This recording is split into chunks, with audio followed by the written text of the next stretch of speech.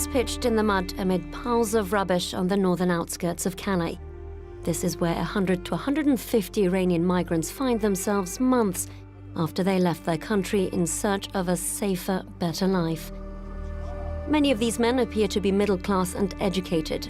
Some blame Iran's economic turmoil, while others say they're fleeing religious, ethnic or political persecution.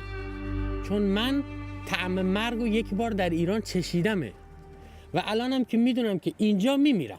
یعنی من خودم الان بچه‌ام اینجا مطمئنم تا 20 روز یه ماه آینده بچه‌ام از سرما اینجا میمیرن. الان پس اگه یه بوتی باشه، یه قایق باشه، من همین 10 دقیقه دیگه هم باشه باش میرم. چون نمیتونم اینجا وایسم. اینجا یه جهنم واقعیه. Ahmad is from Ahvaz in southwest Iran. He says he felt targeted at home after converting to Christianity. Now, his wife, 8-year-old daughter and 2-year-old son are hoping to make it to England. خیلی از بچه‌های ایران الان فامیلا و وابسته‌هاشون تو انگلیسن. یعنی اگه 10 سالم اینجا بمونن تو اروپا، مطمئن باش اینجا درخواست اقامت نمیدن. انگلیس یه خورده شرایط حقوق بشرش بهتره. بهتر حرف مهاجر رو میپذیره. Some 500 migrants, mostly Iranians, attempted to make the 34-kilometer journey across the channel in inflatable dinghies last year. And it's an option available only to those who can afford to pay traffickers, which can cost up to 16,000 euros. Mohsen tells us he left 6 months ago after taking part in an anti-government protest in Tehran.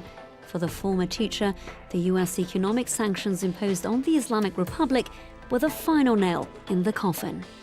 It has made life impossible for people in Iran. Everything is very expensive, very, very expensive. If I knew that the situation in Calais, in France, is like this, I would never come here.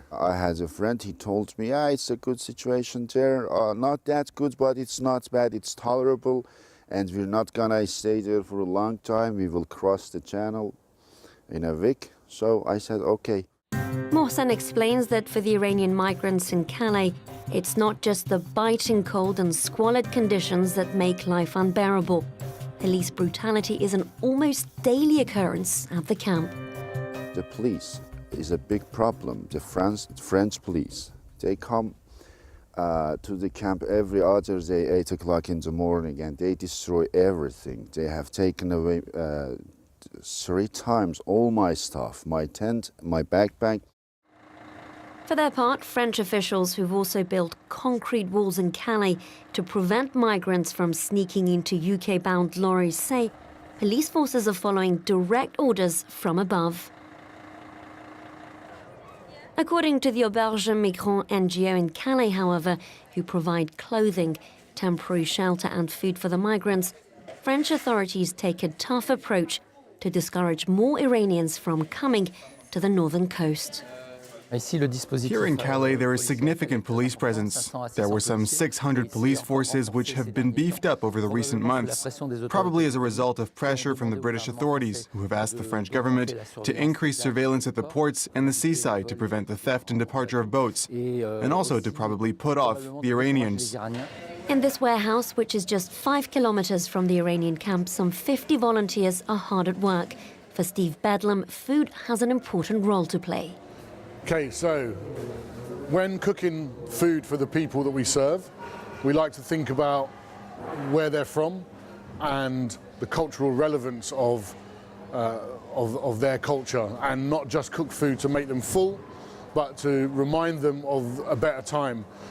One of the dishes that we cook on a regular basis is Iranian rice, and we learnt this from the people in the camps. Many of the people in the camps, like Ahmad and his family, are now counting down the days until the weather improves and the waters are calmer. فقط برم زندگی کنم اونجا. من زندگی میخوام، هیچ چی نمیخوام.